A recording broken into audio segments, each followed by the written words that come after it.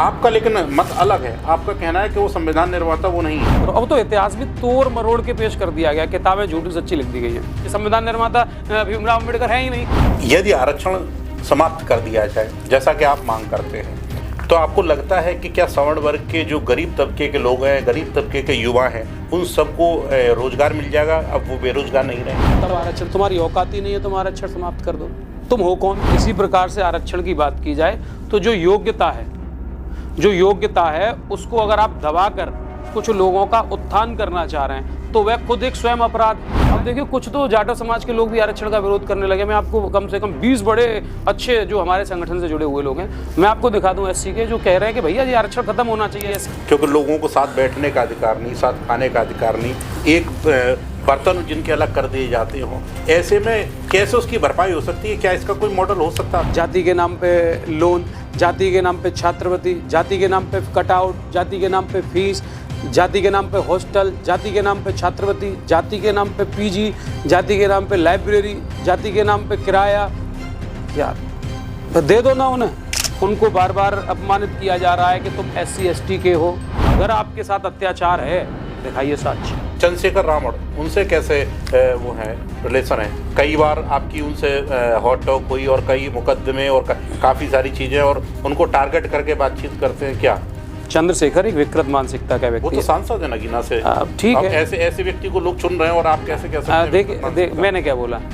जिस दिन इस देश का सवर्ण सड़कों पर आ गया, इस दलित राजनीति का उसी दिन अंत हो जाएगा। आप आरक्षण खत्म करने की बात करते हैं, लेकिन जातियों की अगर बात की जाए, सवर्णों की बात करते हैं, तो सवर्णों को तो ऑलरेडी पहले से ही बांटा गया है। हम कैसे भी करें, हम अपनी बेटी कहाँ ब्याएंगे वो अधिकार हमारा करते। तो अम्बेडकरों ने जाटव की राजनीति करने का विचार बनाया। आपने क्षत्रिय ब्राह्मणों के एक विशेष समूह को तोड़कर कि कहीं ये भविष्य में एक होकर कहीं जन आंदोलन न खड़ा कर दे, तो आपने क्षत्रियों के 4 से 5 तबके तोड़ दिए। यादव तोड़े, यादवों के नेता बनाने के लिए, जाट तोड़े, जाटों के नेता बनाने के लिए, सबको OBC में धकेलने का प्रयास। और जब तक ब्राह्मण क्षत्रिय इस देश में है, इस देश का कुछ नहीं हो सकता। या कभी सोशल मीडिया पर हाथ में चप्पल लेकर अधिकारी के ऑफिस में बैठ जाते हैं, तो क्या विवादों से चर्चाओं में आने के लिए करते हैं? जब कानून न्याय नहीं देता तो कभी कभी मुझे लगता है कि इंसान को धर्म की रक्षा करने के लिए आगे आना चाहिए। अगर मैं उस समय चप्पल नहीं उठाता तो उन्हें कैसे पता चलता कि मैं न्याय की आवाज़ उठा रहा हूँ। और रही बात पुलिस के भेजने की, तो मैं चाहता तो मैं दंगा करा सकता था, मैं चाहता तो उस समय हंगामे करा सकता था। हाथरस विधानसभा में जिस क्षेत्र में आप रहते हैं, आप निवास करते हैं, वो सीट सुरक्षित है। वहाँ पर आरक्षण का आप विरोध कर रहे हैं। आरक्षण तो क्योंकि राजनीति में भी आरक्षण चल रहा है, तो एक पर्सनली जाति को या पर्सनली SC ST को संबोधित करके आप उन्हीं लोगों का अपमान कर रहे हैं। मैं दोबारा बोल रहा हूँ। और 1000 साल लग जाएं, उनकी संतानों को बादाम काजू सब कुछ दिला दिया जाए, जूस पिला दिया जाए, वो 1000 साल बाद भी उनके बच्चे सांसद बन जाएं, मुख्यमंत्री बन जाएं, राष्ट्रपति बन जाएं, वो अपने आप को यही रोना रोएंगे क्योंकि हम तो दलित हैं। जो कि दलित समाज से आता है, उसके लिए वोट मांगते हैं और फिर जिला बदर कर दिए जाते हैं। तो ये दोहरी मानसिकता कैसे? यहाँ पे हजारों साल से बीमार पड़ा हुआ एक सरकारी अस्पताल है, उसको बदल सकता हूँ। यहाँ की सड़कों के ट्रैफिक को ख़त्म कर सकता हूँ। यहाँ के मकड़ जाल में भ्रष्टाचार को ख़त्म कर सकता हूँ। यहाँ की लोगों की समस्याओं को सुनवाई के लिए मैं खुद इन्वॉल्व हो सकता हूँ। इसलिए मैंने लोकल का एक प्रत्याशी खड़ा करने का प्रयास किया। नमस्कार दर्शकों, आप देख रहे हैं TV30 इंडिया का विशेष कार्यक्रम सटीक बात, और मैं हूं आपके साथ आपका अपना राजदीप तोमर। तो आज सटीक बात का यह एपिसोड बहुत ही गर्म, बहुत ही बहस योग्य और पूरे देश में चर्चा पैदा करने वाला होने वाला है।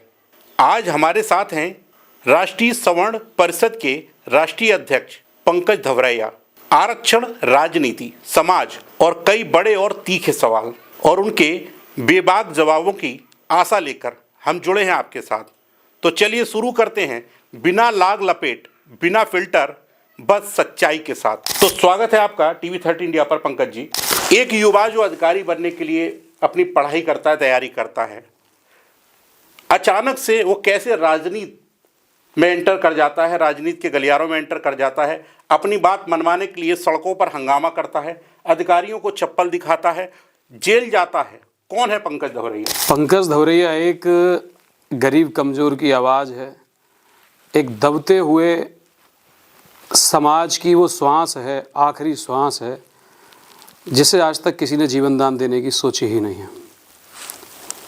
पंकज धवरिया अग्नि है जो क्रांति रूप में उठ रही है, और वो अग्नि जब तक जलती रहेगी जब तक ये समाज सब मिलकर पूर्ण समाज की बात नहीं करता।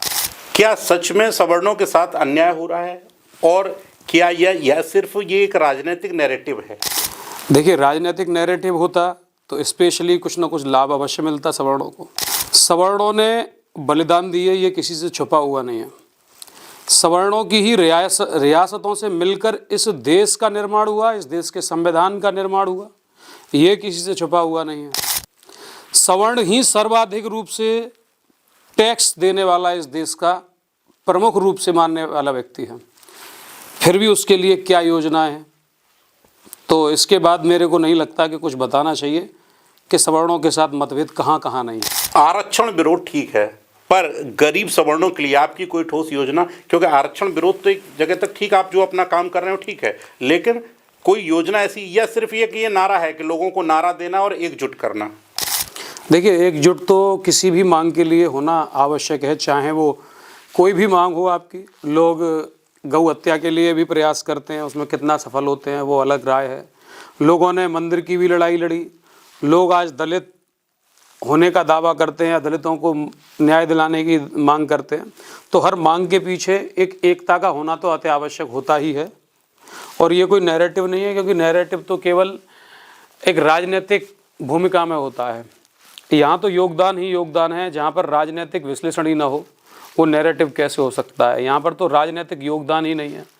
हमारे साथ तो कोई राजनेता या फिर कोई दल या पार्टी हमारी बात को कहने के लिए ही तैयार नहीं है, तो नैरेटिव तो ये है ही नहीं। कहीं गौ सेवक के रूप में देखते थे लोग पंकज धवरिया को, लेकिन वो गौ सेवा की बातें पीछे छूट गई। कभी तमाम पूरे सर्व समाज की बात करने वाले पंकज धवरिया, वो सब पीछे छूट गई, सिर्फ अब एक विशेष वर्ग की एक सहयोग की भावना से आगे बढ़ रहे हैं। देखिए, न तो मैं पहले बदला हुआ था, ना मैं आज बदला हुआ हूँ। बस बात है सत्य की और अन्याय और न्याय की। मैं गौ सेवक था, गौ सेवक हूँ और रहूँगा, क्योंकि वो हमारा धर्म है, कर्म है। मैं ब्राह्मण हूँ, सनातनी हूँ। मेरे घर पे जब मैं बचपन से था तब भी गाय देखी थी, और आज भी गाय पालता हूँ, और पालता क्या हूँ वो हमें पालती है। और सर्व समाज की बात यह है कि जब अपने ही घर के अधिकारों का हनन हो रहा हो, अपने ही लोगों का उत्पीड़न हो रहा हो, और वहाँ पर हम चुप बैठे हैं, तो कोई लाभ नहीं इस जीवन का। तो सवर्णों की बात करने वाला कोई इस राजनीति में नहीं है, देश में नहीं है, समाज में नहीं है। जब अपने समाज की कोई बात करने वाला नहीं है, तो इसलिए मैं आगे आया हूँ। जब तक ये मतभेद खत्म नहीं हो जाएंगे, जब तक हर राजनीतिक दल, हर राजनेता सनातन की भावना या अखंड भारत के सभी जितने भी लोग हैं उनको एक करके बात नहीं करेंगे, तब तक हम सवर्णों के अधिकारों की बात करेंगे। और रही बात गौ रक्षा की, तो सरकार को हम सपोर्ट करते थे, भाजपा सरकार को हम गौ रक्षा और हिंदुत्व के ही, सनातन एकता और अखंड भारत के लिए ही लाए थे। तब हमने देखा कि उनकी जिम्मेदारियां आ चुकी हैं, तो जब उनको जिम्मेदारियां दे दी हैं तो हम क्यों मुकदमे लिखवाएं? गाय मर रही हैं और हम लड़ाई लड़ें और हम जेल जाएं? ऐसा तो नहीं चलेगा। और हम किसी पार्टी के महत्वपूर्ण बिंदु हो के उनका झंडा उठाएं और गौ रक्षा के नाम पे उनको वोट दिलवाएं, ये भी संभव नहीं है। आज उनके पास कुर्सी है, आज उनका दायित्व है जवाब देने का, आज उनका कर्तव्य है न्याय देने का, तो गौ रक्षा वो करें। बिल्कुल। अगर आरक्षण हटा दिया जाए तो क्या सिर्फ मेरिट बचेगी, और या फिर वो मेरिट, जब लोग आरोप लगाते हैं कि पैसे और पावर के खेल में लोगों को नौकरियां मिलती है, मेरिट की बात ही खत्म हो जाती है, तो आरक्षण हटने के बाद भी क्या समस्या दूर हो जाएगी? देखिए, समस्याओं का समाधान जब तक, कहते हैं ना कि ये 5 उंगलियां जब एक तरीके से एक साथ मिलती हैं तो बनता है घूसा मुक्का। इसी प्रकार से जब सारी चीज़ें अच्छी हो जाती हैं तो व्यवस्था सुचारू रूप से चलने लगती है। लेकिन उसका अंत ये नहीं है कि इन मुट्ठी को बांधने के लिए जबरन हम उसे पकड़ के बनाएं। वो स्वयं होकर आए तो अच्छा लगता है। किसी को डंडे के दबाव में या फिर किसी को धमकी देकर अगर कार्य कराना, यह मेरे ख्याल से अच्छे समाज के लिए ठीक नहीं है। इसी प्रकार से आरक्षण की बात की जाए तो जो योग्यता है उसको अगर आप दबाकर कुछ लोगों का उत्थान करना चाह रहे हैं तो वह खुद एक स्वयं अपराध है। अगर आप एक योग्य व्यक्ति को पीछे हटाकर और एक अयोग्य व्यक्ति को आगे ले जाकर कह रहे हैं कि हमने जो है एक दबे कुचले व्यक्ति को आगे बढ़ाया, तो मैं कहना चाहूँगा यह आगे बढ़ाना नहीं है, यह और लोगों को बीमार करने जैसा है।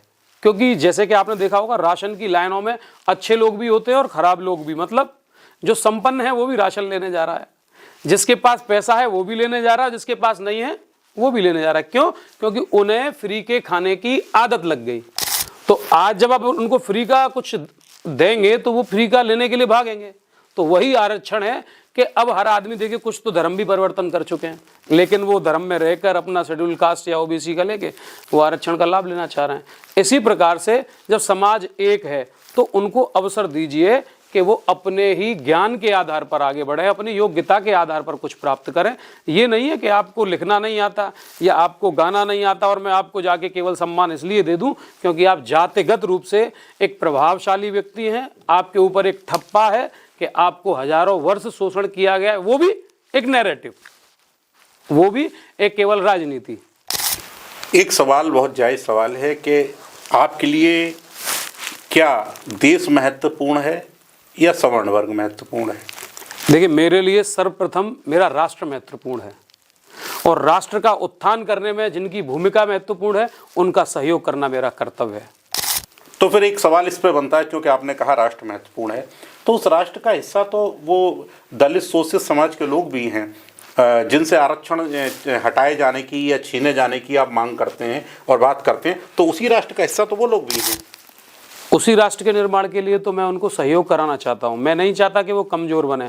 कब तक उन्हें हम इसी दृष्टि से देखेंगे कि लोग कहते हैं उनका शोषण हुआ, वो भी स्वयं को कह रहे हैं कि हमारा शोषण हुआ।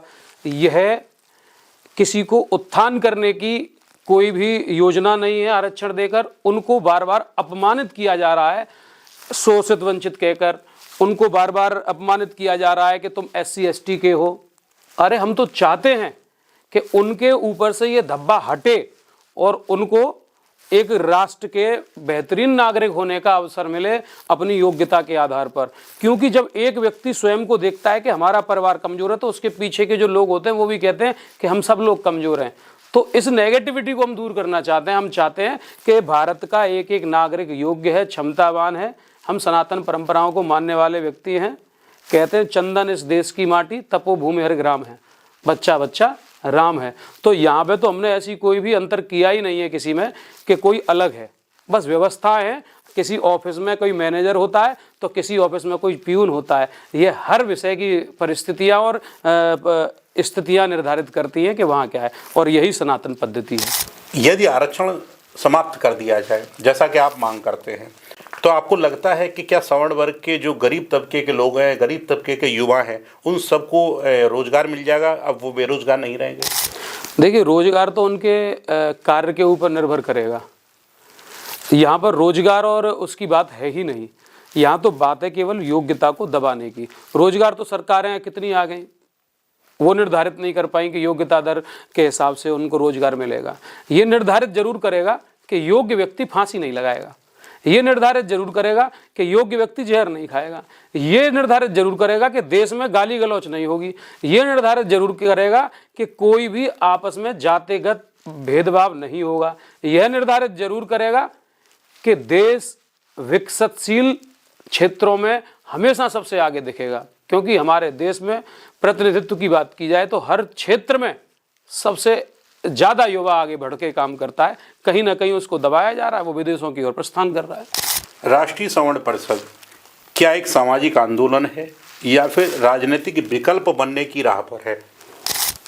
देखिए, अभी तक तो राजनीतिक कोई हमने सोचा नहीं है। अभी फिलहाल में हमारे 4 राज्यों में और प्रदेश के 60 जिलों में, हमारा 75 जनपदों में से 60 जिलों में हमारा संगठन है। और हमारा केवल एक ही विचार है, किसी भी सवर्ण के साथ कहीं पर भी कोई अत्याचार हो, हम मुखर होकर उसके साथ हैं। चाहे हमें जेल जाना पड़े, चाहे हमें मुकदमे लिखवाना पड़े, चाहे कैसी भी स्थिति हो। तो सवर्ण परिषद केवल इसी के लिए बना है। यह राष्ट्रीय सनातन परिषद भी हो सकता था, लेकिन सवर्ण इसीलिए बना कि जब तक देश की राजनीति स्वयं को सनातन की राह पर लाकर सबको एकजुट करने की बात नहीं करेगी, तब तक हम सब भी सवर्ण की ही बात करेंगे। क्योंकि दलित की बात करने वाला है, पिछड़ों की बात करने वाला है, लेकिन सवर्णों की बात करने वाला इस देश में एक नेता नहीं है। और जरूरत पड़ी तो विकल्प भी तैयार होगा। बहुजन समाज आरक्षण को लेकर ये मानता है कि ये उनका अधिकार है और आप इसको अन्याय कहते हैं। कैसे, यानी किसको डिफाइन करिए आप अपने शब्दों में। देखिए, कोई भी चीज़ हो, अभी मान लीजिए मेरा एक खेत है गांव में, और उस खेत को मैंने अपने ही मिलने वाले व्यक्तियों को इसलिए दे दिया क्योंकि वो कमज़ोर थे। मैंने कहा चाचा कहाँ जाओगे, तुम खेती हमारी ही कर लेना यार।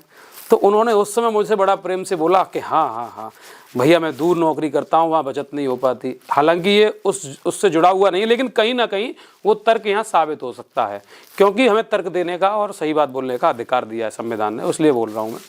तो उन चाचाओं को हमने अपना खेत दे दिया। जब उन्हें वो खेत करते करते करते करते दिया था 1 साल के लिए, करते करते जब उन्हें 25 से 30 साल हो गए, तब हमने बोला चाचा अब हम स्वयं करना चाहते हैं इस खेत को। तो चाचा की निगाहें बदल गई, चाचा का आसार बदल गया। और ये चीज़ें आपने देखा होगा, बड़े बड़े शहरों में किराएदार होते हैं, उनकी भी निगाहों में परिवर्तन आ जाता है। किराए पे जल्दी ज़्यादा देर समय तक रहते हैं तो वो विवाद करने लगते हैं। तो ऐसे ही हर व्यक्ति को जब अपने लाभ पर खतरा दिखता है तो वो अधिकार बन जाता है। जब किसी को कोई मुफ्त की चीज़ मिलने लगती है, अभी आप राशन बंद करके देखिए, ये जो राशन की लाइनें लगती हैं, अधिकतर जो लोग हैं, अधिकांशतः मैं कह रहा हूँ 90%, ये जो राशन बट रहा है इस पर आप रोक लगा दीजिए, लोग सड़कों पर उतर आएंगे, क्योंकि उन्हें मुफ्त का मिल रहा है। हालांकि उन्हें ज़रूरत नहीं है, आज के दौर में राशन की किसी को ज़रूरत नहीं है, सब लोग योग्य हैं, काम करने वाले हैं। लेकिन मुफ्त का राशन जब जाएगा तो वो अधिकारों की बात होगी। तो मुफ्त की चीज़ें अधिकार के रूप में बदलती हैं। अभी आपने संविधान का जिक्र किया, संविधान आपको अधिकार देता, आपने ये कहा। और जहाँ तक है पूरा ज़्यादा तो समाज में जो मान्यता है कि संविधान निर्माता डॉक्टर भीमराव अंबेडकर, जिनको बड़े सम्मान के साथ लोग जानते हैं, आपका लेकिन मत अलग है। आपका कहना है कि वो संविधान निर्माता वो नहीं है, आपका ही मत है। ऐसा अभी आपने कुछ समय पहले कई जगह पर कहा, कई चर्चाओं में आया, तो उसको लेकर देखिए, संविधान निर्माता वाला जो विषय है वो बहुत ज़्यादा ज्वलंत है, क्योंकि ये राजनीति से जुड़ा हुआ विषय है और एक विशेष वर्ग को उससे जोड़ दिया गया है। जब कहीं ना कहीं किसी की जब भावनाएं जुड़ जाती हैं और उससे उनके अधिकारों की प्राप्ति हो रही होती है, जैसे मैंने अभी एक उदाहरण दिया था आपको किराएदार का, या फिर खेत का, खलिहान का, कोई भी चीज़ हो, राशन का, तो वो उन्हें पाने के लिए किसी भी स्थिति में गिर जाते हैं। मान लो आपके सामने किसान आंदोलन भी हुए, आपने बहुत सारे नेताओं को ऐसे देखा होगा कि उनके साथ डीलिंग हुई और उनको तत्काल एक मंत्री पद मिल गया या विधायक की टिकट मिल गई। तो ये शुरू से 1940 से पहले से होता आ रहा है कि जिसने राजनीतिक दबाव बना लिया वो चीज़ें पा गया। अब आप सोचिए, मैं किसी की भावनाओं को आहत नहीं कर रहा हूँ या फिर मैं किसी का अपमान नहीं कर रहा हूँ, मैं चाहता भी नहीं हूँ किसी का अपमान किया जाए, क्योंकि सब अपने हैं। यही तो मैं सुधारना चाहता हूँ कि हमें अपमान नहीं करना और अपने लोगों को समझाना है, तर्क करना है, लेकिन सत्यता के साथ करना है। जैसे कि बात आती है अम्बेडकर साहब की, कि उन्होंने, अम्बेडकर भी देखिए ब्राह्मण का दिया हुआ नाम है, तो अम्बेडकर तो एक बहुत पूजनीय शब्द है, जैसे कि ब्राह्मणों को माना जाता है, वो सिरमौर है सनातन का, तो अम्बेडकर तो सिरमौर है भाई, ब्राह्मण का ही सरनेम है। अब बात आ जाती है, आपने बोला संविधान निर्माता की, तो आप ही बताइए कि यहाँ पर 20 लोग हैं। राजेंद्र जी उस समय संविधान सभा के अध्यक्ष थे, और हो सकता है कि मैं गलत कह रहा हूं तो आप इतिहास पढ़ लीजिएगा। संविधान अध्यक्ष थे, सारी जो भी क्रियाकलाप हुए उसका श्रेय किसको जाना चाहिए था अगर बात की जाए तो? राजेंद्र जी को, उनको नहीं मिला। दूसरा, उसका चयन किसने किया समिति का? नेहरू गांधी ने। उन्हीं के आधार पे सरकार जब बनी तो उन्होंने उसको दिया, तो आधार किसको मिलना चाहिए था? नेहरू को, उन्हें भी नहीं मिला। चलो ठीक है, प्रेम बिहारी रायजादा ने अपनी टाइपिंग में अपने हस्तलिखित संविधान का निर्माण किया, उनको मिलना चाहिए था, उनको नहीं मिला।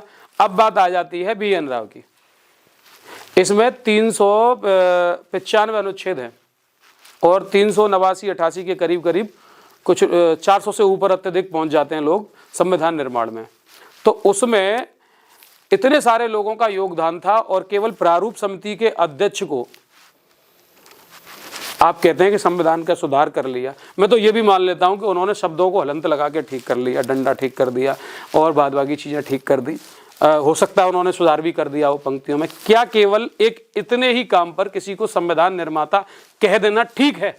आप ही बता दीजिए।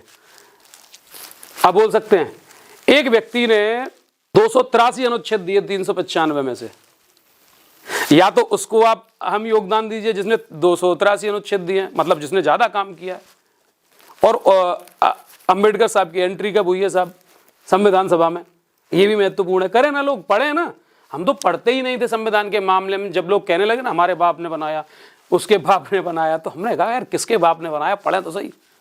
अब जब पढ़ने लगे तो पता चला किसी के बाप ने नहीं बनाया, ये तो बहुत सारे सैकड़ों लोगों के योगदान से बनाया। तो एक व्यक्ति को योगदान क्यों? सीधी बात, राजनीतिक महत्वाकांक्षाएं, राजनीतिक एक प्रतिनिधित्व का निर्माण करना। जैसे कि ब्राह्मण, क्षत्रिय, वैश्य, कायस्थ, हमारे यहाँ तो वर्ण व्यवस्था थी। अगर आप इसको तोड़ना चाहते थे तो आपने ये सर्कुलेट क्यों किया कि SC ST और OBC में वर्गीकरण क्यों किया? नहीं करना था। आपको सबको केवल एक समान धुरी पर रखना था और सबको राष्ट्रीयता दे देनी थी भारतीय। क्यों आपने बांटा? अगर बांटना भी था 10 साल के लिए आपने बांटा और 15 साल के लिए बढ़ा देते। कुछ समय बाद ये तो प्रतीत होता लोगों को कि हम बट नहीं रहे, हम सारे लोग एक हैं। लेकिन आपने तो दर से दर 1990 में OBC लिया है। आपने क्षत्रिय ब्राह्मणों के एक विशेष समूह को तोड़कर कि कहीं ये भविष्य में एक होकर कहीं जन आंदोलन न खड़ा कर दे, तो आपने क्षत्रियों के 4 से 5 तबके तोड़ दिए।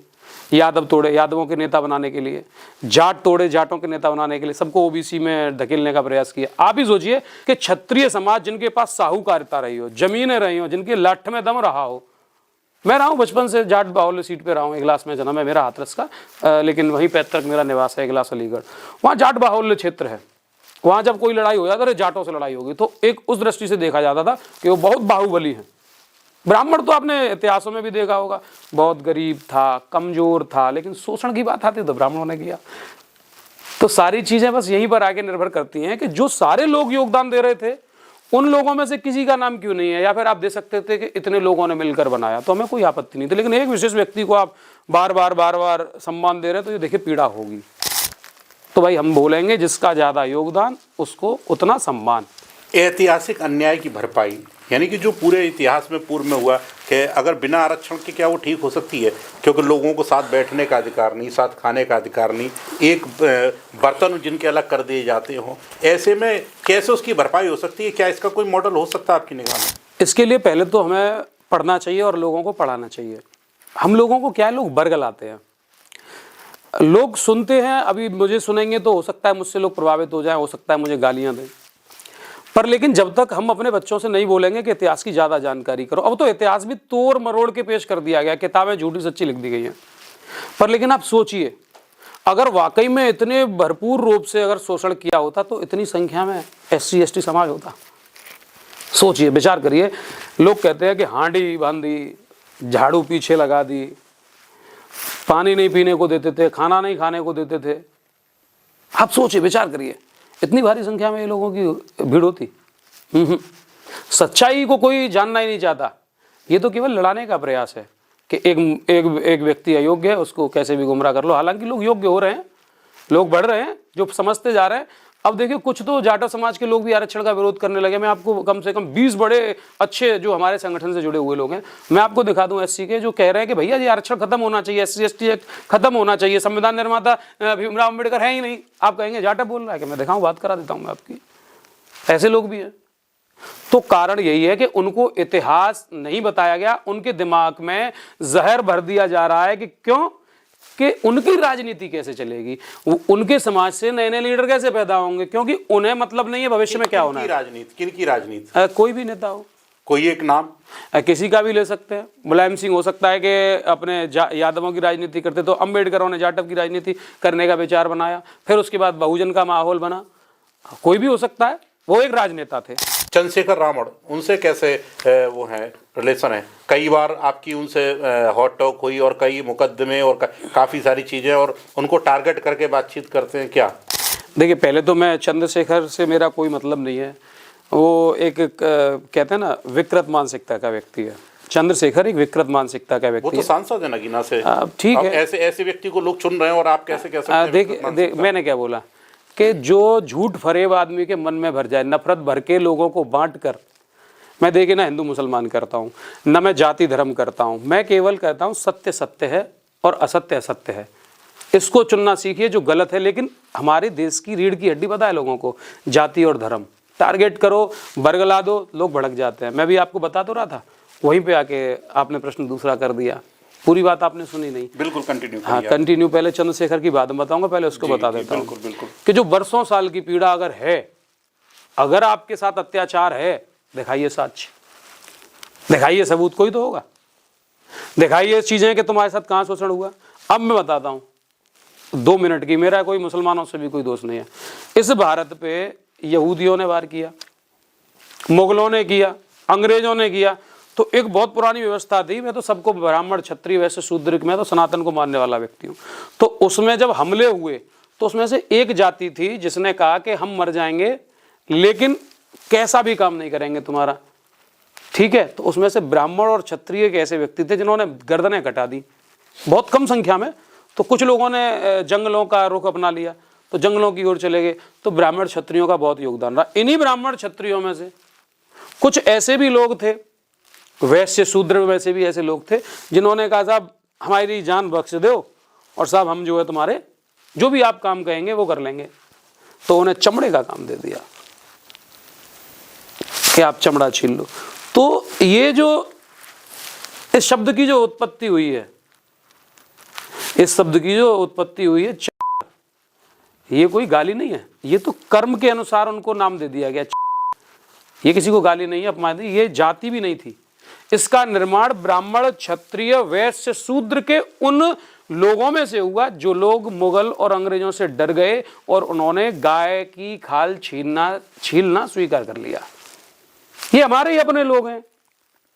अब बात आ जाती है वाल्मीकि, असल में इनके साथ गलत हुआ और उन्हीं के अधिकारों की बात हो रही है, इनको मिलना चाहिए। ये वही ब्राह्मण क्षत्रिय वैश्य शूद्र का तबका है जिन्होंने धर्म परिवर्तन के लिए मना कर दिया, जो कुंटलों जनेऊ तोड़े गए थे, जिनकी बेटियों के साथ किए गए थे। ये वही ब्राह्मण क्षत्रिय वैश्य शूद्र हैं जिन्होंने बोला था कि भाई साहब हमारी हत्या कर दीजिए लेकिन हम गाय का मांस नहीं छीलेंगे। तो देखिए विभिन्न प्रकार के व्यक्ति हैं। तो उन्होंने मल तक डाला अंग्रेज और मुगलों का, मतलब जिसे हम लैट्रिन कहते हैं, वो उन्होंने टट्टियां साफ कर ली। उन्होंने अपने सर के ऊपर अछूत बनना स्वीकार कर लिया लेकिन सनातन नहीं छोड़ा। मैं बारंबार इसलिए वाल्मीकि समाज को नमन करता हूं। वो इतना बेहतरीन समाज है कि वो कोई और नहीं है, वो अपने ही है। केवल अब बताएंगे दूरी की, गैपिंग की। अब आते हैं शूद्र पे। शूद्र कौन है? शूद्र वो है ब्राह्मण क्षत्रिय वैश्य शूद्र, एक बाप की 4 संतान, जिसमें से एक व्यक्ति का, जैसे आलू में से 4 साइड देखे होंगे आपने, मोटा आलू, फिर बीच का आलू, फिर छोटा आलू, फिर किर्री बचता है। ऐसे ही गेहूं में 4 कैटेगरी होती है, हर फसल में 4 कैटेगरी होती है। ऐसे ही इंसान की भी कैटेगरी होती है। एक में बुद्धिबल था, योग्य था, हर चीज कलाओं में श्रेष्ठ था, ब्राह्मण। बल और संघर्ष और देश के प्रति कुछ भी कर सकता है ब्राह्मण के आदेश से, बड़े भाई के आदेश से, क्षत्रिय। वैश्य कलाकार, तेज, व्यवस्थाओं को संभालने वाला वैश्य। शूद्र मानसिक विकास की कमी, हर चीजों को समझा के उससे काम कराना, अयोग्यता, आलस, वो सेवा भाव के लिए तैयार कर दिया गया। ये अपमान की श्रेणी नहीं है, ये सत्यता है और हमें स्वीकार करनी चाहिए। उसका नाम शूद्र रख दिया। अब आ जाते हैं शूद्र पे। तो शूद्र तो वाकई में आज की डेट में कोई है ही नहीं। तो ये अब शोषण की जो आप बात कर रहे थे वर्षों से, शोषण, जो छुआछूत या फिर उनको खाना नहीं खिलाया, मैं हर चीज नोटिस करता हूं। तो आप ही सोचिए कि आपका भाई या फिर मेरा भाई अगर शराब पी लेता है और मेरे घर में प्याज लहसुन भी नहीं बनता है, वो खा के आता है, हम क्या करेंगे? उसको लात मार के बाहर कर देंगे। हमारे घर में एंट्री नहीं होती थी आज से लगभग 7-8 साल पहले। आज भी वही नियम है कि हमारी माताजी को जो चीज़ उचित नहीं लगती हमारे भी मार देती है। मैंने कई बार बोला है, इंटरव्यूज़ में भी बोला है, डिबेट्स में भी बोला है। तो हमारे यहाँ प्याज लहसुन नहीं बनता घर में, और हमारी माताजी सुन ले तो उनको बड़े भाई के जूते भी खाने पड़ते हैं और हमारे भी। तो क्या उसके साथ हम छुआछूत का भेदभाव कर रहे हैं? नहीं, उसने नियमों का उल्लंघन किया और नियमों का उल्लंघन करने पर दंड दिया जाता है। ऐसे ही पहले एक व्यवस्थाएं थी जो गांव, तालुका इत्यादि एक नियमित व्यवस्थाएं थी, जिसमें कि मान लो कि अपने ही लोगों ने जब डर कर गाय छीलना प्रारंभ कर दिया तो उन लोगों को पहले ये व्यवस्थाएं भी नहीं थी कि नहा लिए, स्नान कर लिया, कुल्ला कर लिया। ये व्यवस्थाएं कहाँ थी? बहुत सीमित साधन थे, तो लोग नहाते नहीं थे, महीनों भर नहीं नहाते थे। और मंदिर में तो आज भी देखो, मैं ब्राह्मण हूँ, अभी जाने दीजिए माँ के बिहारी, अगर वो मुझे नहीं जानता कि पंकज दबरैया है तो ये वो पंडा भी मुझे कह देगा दूर दूर दूर दूर दूर, तो मैं उससे लड़ूं? सोचिए, मैं ब्राह्मण हूं, उसको पता है मेरी चोटी है, इतनी बड़ी सिखा है, लेकिन मुझसे कह देगा अरे दूर दूर दूर दूर दूर। तो वो अछूत नहीं, वो एक व्यवस्था का पालन चल रहा है। ऐसे ही मंदिर में या फिर आप किसी सड़क पे चलते, कोई अगर आपको बीमार दिख रहा है तो आप उस व्यक्ति से नहीं हाथ लगा सकते, उसे घर में नहीं बिठा सकते। बहुत सारी चीज़ों पे हमें जड़ तक जाना चाहिए, बीमारी तक जाना चाहिए। ऐसे ही नहीं कि किसी राजनेता ने बरगला दिया अपने लाभ के लिए। ऐसे तो आपके दो भाइयों में लड़ाई हुई, आपको बाहर बैठ गए, एक व्यक्ति को समझा दिया। गांव देहात में प्रॉपर मैं गांव का आदमी हूं, जड़ से जुड़ा हुआ हूं, इसलिए आपके सामने इतने विशेष उदाहरण दे पा रहा हूं कि तेरा भाई तो बड़ा निकम्मा है कि हाँ यार, एक बार में नहीं समझ में आएगी, दूसरी बार में नहीं, कब तक समझ में नहीं आएगी। बड़े भाइयों का कर्तव्य ये है कि वो नहीं समझ पा रहा तो उसे समझाएं, वो मैं कर रहा हूं। तो इस तरीके से समाज को बांटा गया है, कभी कोई छुआछूत नहीं हुआ।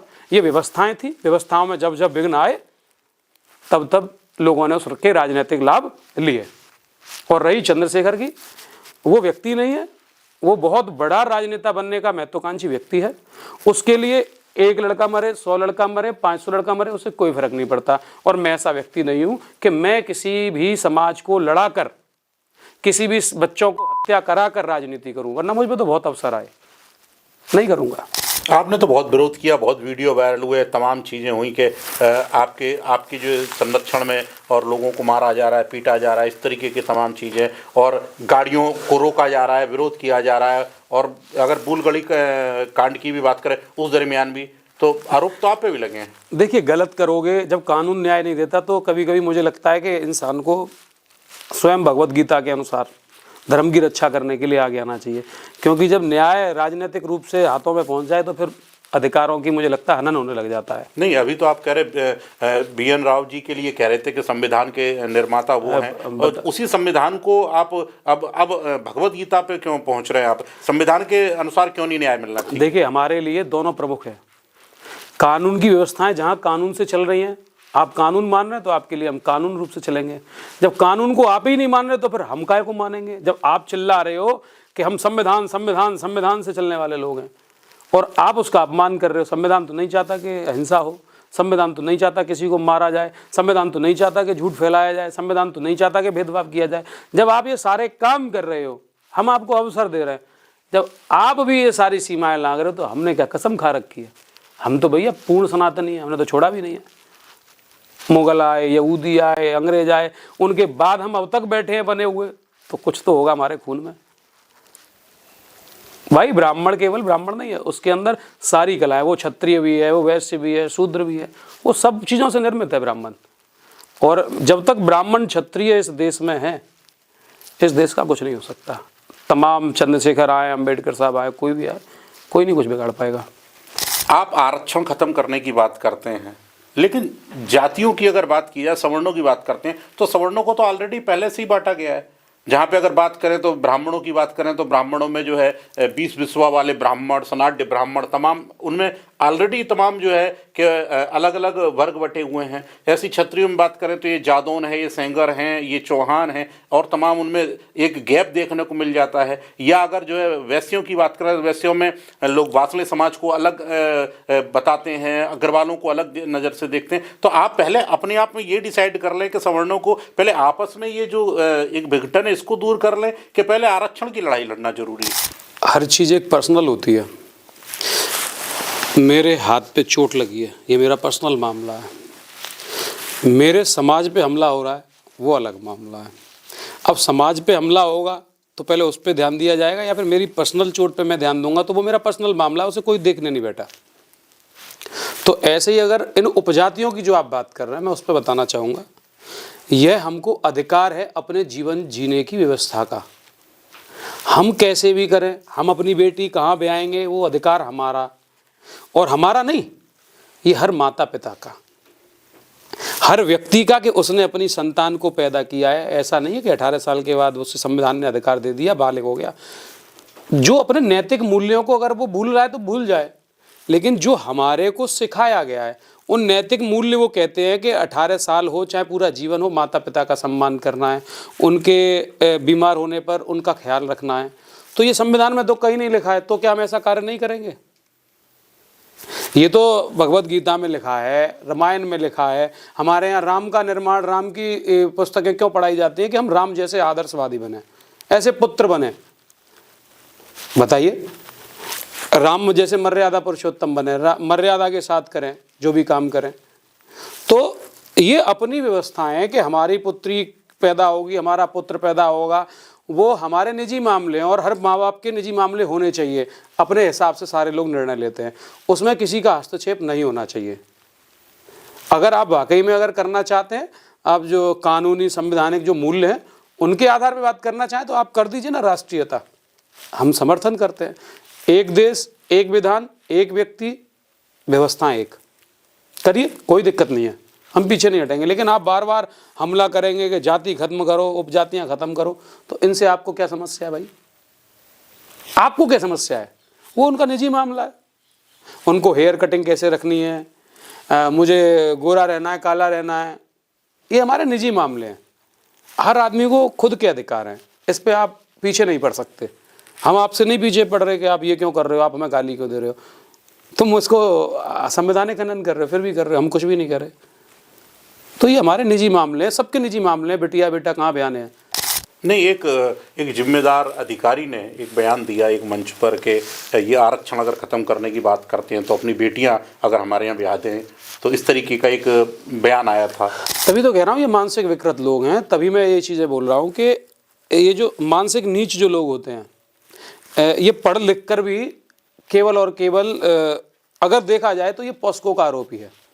क्योंकि इस बयान को छोटी बच्चियों ने भी सुना, बड़ी महिलाओं ने भी सुना। आप सोचिए कि पहले इतनी बात कहने पर गर्दनें तक कट जाती थी। हमारे यहाँ जो युद्ध होते थे वो स्वाभिमान और महिलाओं की रक्षा के लिए होते थे और ब्राह्मणों की और गौ रक्षा के लिए होते थे। लेकिन आज एक व्यक्ति बोल रहा है कि जब तक अपनी बिटिया दान नहीं दे दोगे, क्या घास फूस है हमारी बेटियां? ये ब्राह्मण की बेटी नहीं मांगी है, ये पूरे देश की बेटी मांगी है। क्योंकि बेटी तो बेटी होती है, ऐसी तो इससे तो कोई विवाद नहीं था।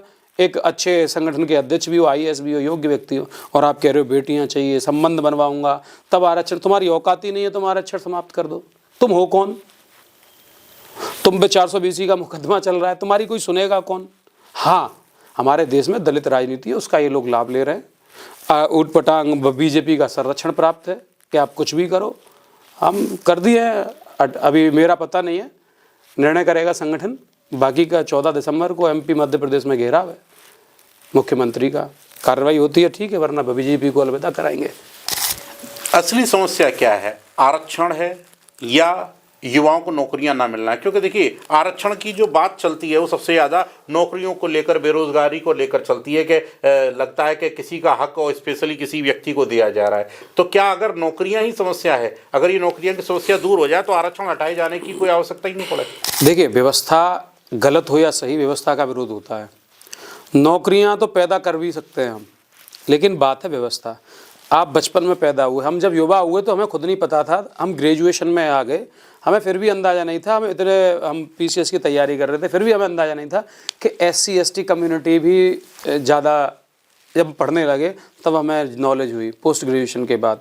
क्योंकि इतना हमने कभी आइडिया लिया ही नहीं, हमें कोई सिखाया ही नहीं गया कि बेटा इतना भेदभाव है, लोग भेदभाव के जो आरोप लगाते हैं। पर लेकिन अगर बात की जाए नौकरी की और आरक्षण की, केवल ये है कि इनसे विकास नहीं हो पा रहा, न समाज का, न जो लोग आगे बढ़ना चाहते हैं उनका, न इस देश का। जैसे कि आप बच्चा पैदा हुआ, उसके नाम पे योजना, जाति के नाम पे, जाति के नाम पे राशन, तुरंत और बड़े, जाति के नाम पे ऋण, जाति के नाम पे लोन, जाति के नाम पे छात्रवृत्ति, जाति के नाम पे कटआउट, जाति के नाम पे फीस, जाति के नाम पे हॉस्टल, जाति के नाम पे छात्रवृत्ति, जाति के नाम पे PG, जाति के नाम पे लाइब्रेरी, जाति के नाम पे किराया। यार तो दे दो ना उन्हें, सीधे सीधे बांट कौन रहा है भाई? हम सबको एक करना चाह रहे हैं। मैं कहता हूं शिक्षा फ्री करिए, सबके लिए करिए, सबके लिए करिए, समान अधिकार दीजिए। अगर आपको कोचिंग सेंटर्स चलाने हैं तो पिछड़ा और दलित के नाम पे क्यों? सबके लिए चलाइए, योग्य व्यक्ति को निखार के लाइए, है ना? योगदान सबका है, सबको निकालिए। क्यों? आखिरकार क्यों? प्रश्न केवल यहां पे आ जाता है, अच्छे लोग क्यों नहीं चाहिए? क्रॉस लगा दीजिए, हमें सवर्णों का टैक्स भी नहीं चाहिए। मैं आपके माध्यम से कहना चाह रहा हूं, जिस दिन इस देश का सवर्ण जागरूक हो गया, जिस दिन इस देश का सवर्ण सड़कों पर आ गया, इस दलित राजनीति का उसी दिन अंत हो जाएगा। और जितने लोग इसके नाम की राजनीति कर रहे हैं वो राजनीति खत्म हो जाएगी। केवल जो सवर्ण है वो सोच रहा है, वो विचार कर रहा है कि शायद ये चीज़ें खत्म हो, हम सब सनातनी, हम एक हो जाएं। लेकिन जल्द वो माहौल बनने वाला है कि देश का सवर्ण सड़क पे खड़े होकर बोलेगा, या तो अधिकार हमें भी दो, या फिर सबको समान रखो। हमें प्रॉब्लम नहीं हमारे टैक्स का कहाँ प्रयोग हो रहा है, पर लेकिन प्रॉब्लम इससे कि हमारे लोगों का विकास क्यों नहीं हो रहा है। अभी एक आपने देखा हो, अभी एक एडमिशन वाला मुद्दा उठा था कि जो शैक्षिक दर है जी, आपके सामने आई होगी, शैक्षिक दर में सवर्णों का स्तर घटा है। क्या चाहते हैं लोग? पढ़ना छोड़ दें?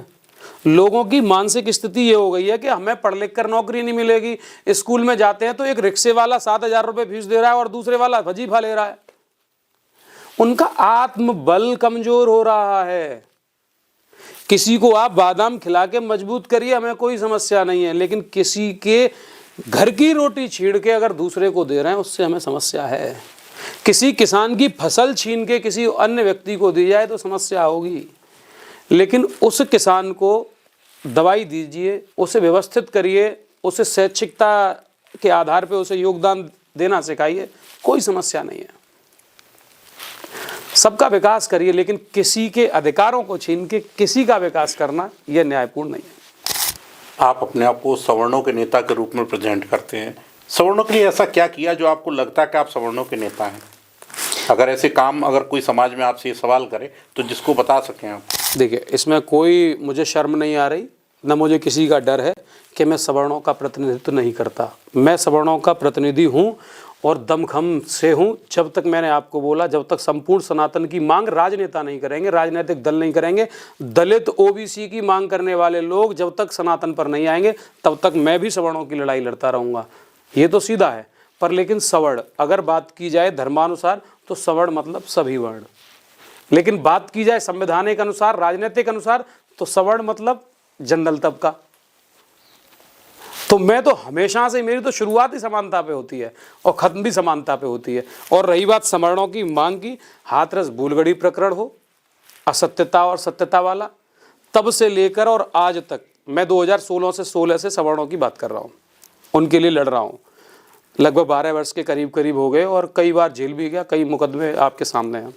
पर लेकिन मैंने कभी भी ये नहीं सोचा कि अगर मुझे किसी क्षत्रिय का फ़ोन आ गया कि साहब मेरे पास ये दिक्कत है, मगर बिल्कुल खड़ा हूँ। फर्जी SC/ST एक्ट बर्दाश्त नहीं किया जाएगा। मैं तो कहता हूँ कि आसपास अगर किसी के ऊपर अत्याचार हो रहा है, हमें बताइए। हम प्रयास करते हैं, 4 लोग भी नहीं होते, हम जाते हैं, हम प्रयास करते हैं कि वहाँ पे हम लोगों को जागरूक करें कि आप बदला मत लीजिए, लेकिन प्रयास करिए, अपनी बात रखिए, अपने आप को साबित करिए कि आपके साथ गलत हो रहा है। मैं ये नहीं कह रहा कि उन्होंने फर्जी SC/ST एक्ट लगाया, आप तमंचा निकालो और मार दो, मैं नहीं चाहता। लेकिन मैं ये चाहता हूँ जब ये दूरियाँ, ये जो गैप खत्म होगा तो लोगों में प्रेम बढ़ेगा। इनके चलते लोगों में दूरियां बढ़ रही हैं और मैं नहीं चाहता कि विशेष रूप से मैं सवर्णों की राजनीति करता, लेकिन जब मेरे समाज के साथ अत्याचार हो रहा है, मेरे अपनों के साथ अत्याचार हो रहा है, मेरे अपने भूखे प्यासे मर रहे हैं, मेरे अपनों का उद्धार नहीं हो रहा, वो योग्य होकर भी विकसित नहीं हो पा रहे, अच्छी जगह पर नहीं पहुँच पा रहे, हम लोगों की गर्दनें काटी जा रही हैं, हमें गालियाँ दी जा रही हैं, तो कब तक हम शांत रहें? कब तक? प्रश्न केवल यहीं आकर उठता है। तो इसलिए अब तक मैंने कम से कम इस संगठन के माध्यम से, आप मेरी डायरी देख सकते हैं, मैं तो दलितों की भी मदद करता था पहले, अब मैं थोड़ा पीछे हट गया क्योंकि उनके पास नेता हैं। लगभग 4 से 5 हज़ार ऐसे लोग हैं जो कि हमारे यहाँ लिखित में उनकी डिटेल्स लिखी हुई हैं।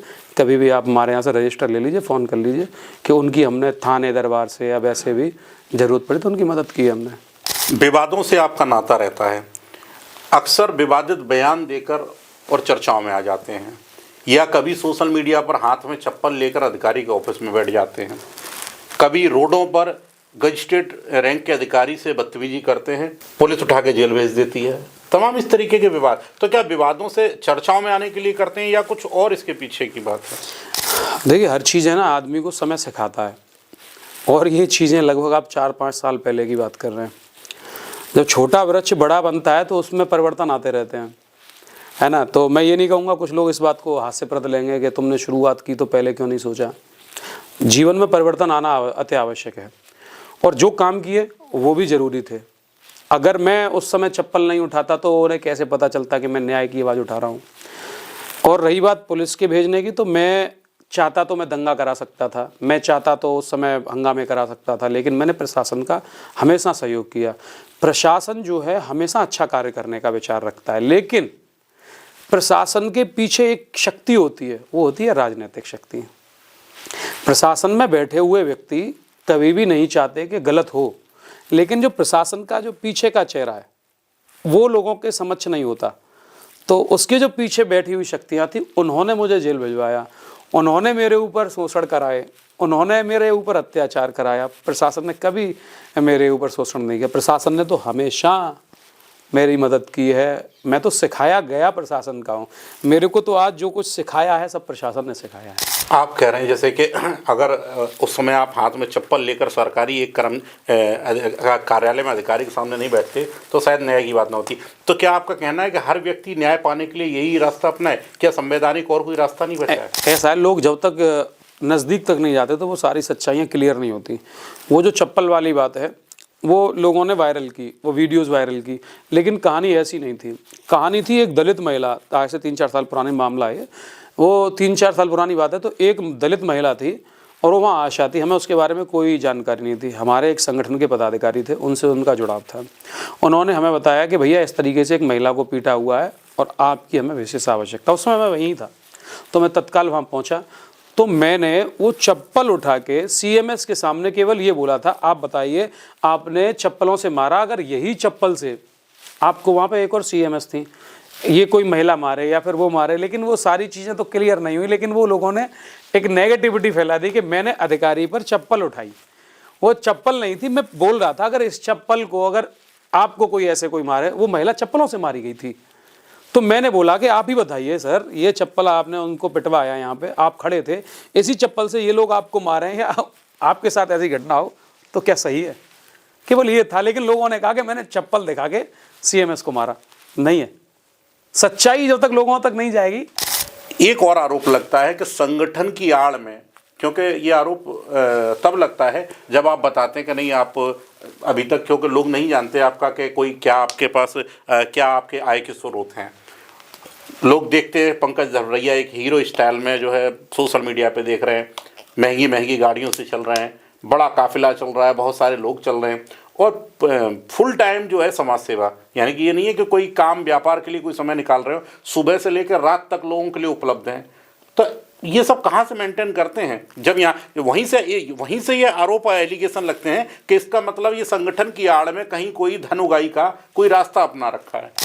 देखिए, सबसे प्रथम बात मेरे बारे में, अगर आपको एक व्यक्ति मिल जाए कि मैंने किसी से अगर रसीद भी कटवाई है आज तक के दौर में, भविष्य की तो मैं नहीं कह सकता क्योंकि मैं कार्यक्रम करूं तो हो सकता है कि भविष्य में मैं मांगूं, जरूर आपसे भी मांगूंगा।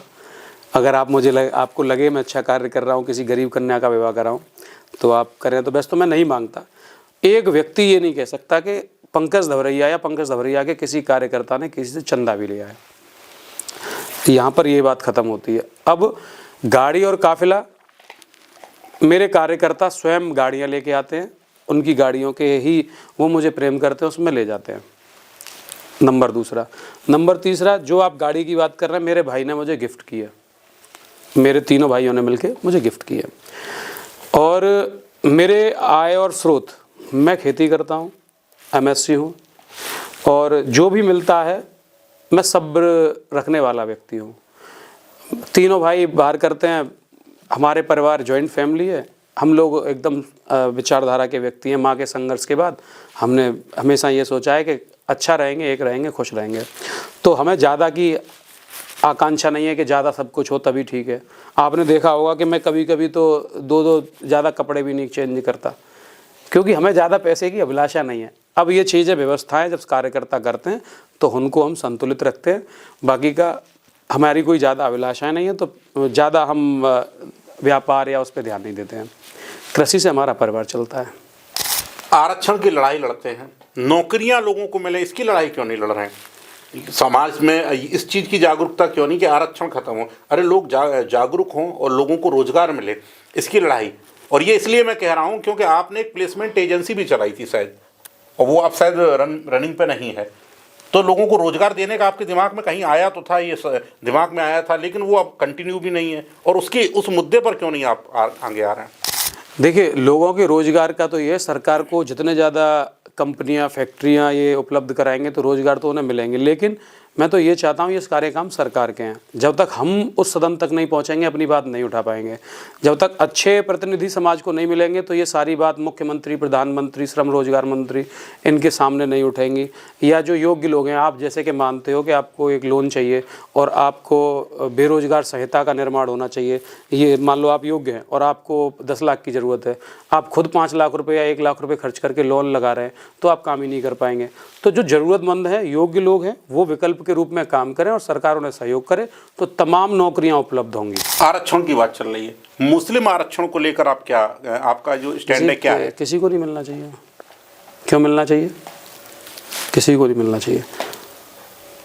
ऐसा क्यों है कि उन्हें आरक्षण दिया जाए? ना मुसलमान को, ना दलित को। है कौन दलित? दलित की परिभाषा ही लोग नहीं जानते हैं। जो दलन, जिसका दलन किया गया हो, जिसका शोषण किया गया हो। आपने देखा अपना शोषण? आप खामखा बोल रहे हैं मैं दलित हूँ। दलित तो वो व्यक्ति है ना जिसके पास अत्याचार हो रहा है। वो ब्राह्मण भी हो सकता है, क्षत्रिय भी हो सकता है, वो आदमी व्यापारी भी हो सकता है। दलित तो वो है जिसकी कोई नहीं सुन रहा। थाने दरवाजे पे जो FIR लिखाने जा रहा है, जो रो रहा है, वो दलित है। एक किसी को आप कास्ट पे रोक के थोप के कि तू फलानी जाति से है, SC ST से, दलित नहीं है वो। जिस विधानसभा क्षेत्र से आप आते हैं वह सीट वर्षों से जो है, जहां पर वर्तमान में रह रहे हैं, वो सीट वर्षों से सुरक्षित सीट है। और यहाँ पे तो क्या आप इस नज़र से देखते हैं, क्योंकि आप आरक्षण का विरोध कर रहे हैं और आरक्षित सीट है वो, तो क्या आपको लगता है कि आरक्षण, क्योंकि आपने कहा कि ना आरक्षण की वजह से योग्य लोगों को मौका नहीं मिल पाता, तो क्या ये माना जाए कि आपके शब्दों में कि क्या अभी तक जिनको मौका मिल रहा वो लोग योग्य नहीं उस पद के लायक? किस स्तर पर?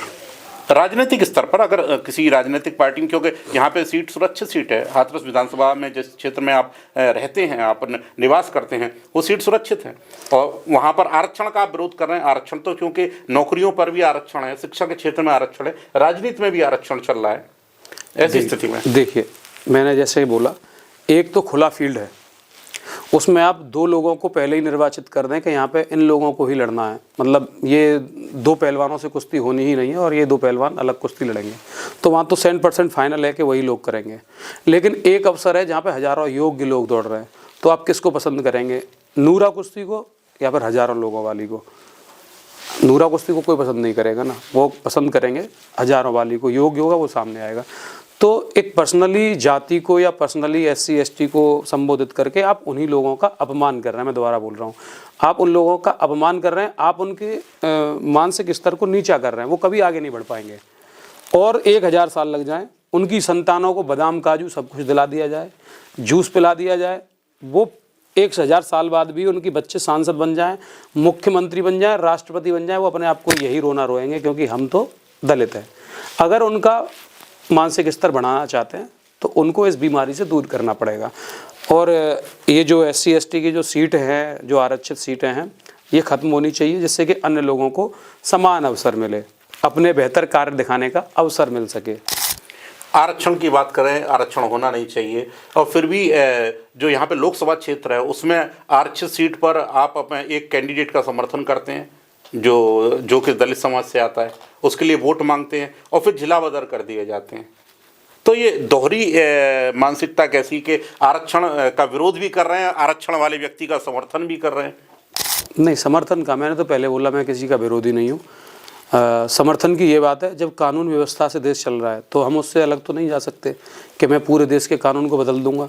नहीं हो सकता कि SC ST रिजर्व सीट है तो मैं उस पर जनरल कैटेगरी का व्यक्ति खड़ा कर दूंगा, संभव ही नहीं है।